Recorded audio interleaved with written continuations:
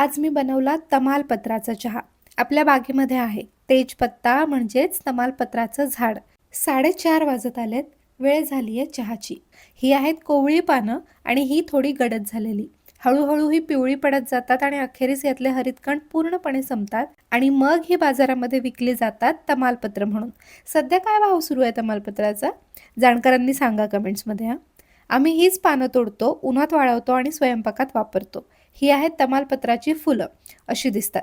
एवढी सारी आईंनी तोडून आणलेली आहेत कारण ही सुद्धा मसाला म्हणून स्वयंपाकात वापरतात. ग्लासभर पाण्यामध्ये मी टाकला आल्याचा तुकडा आणि 2 लवंगा.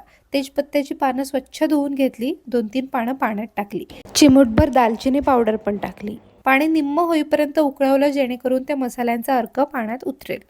रंग बघा ना किती छान आलाय. हा रंग आपण जरा फिका करूया. यात अर्धा लिंबू पिळून.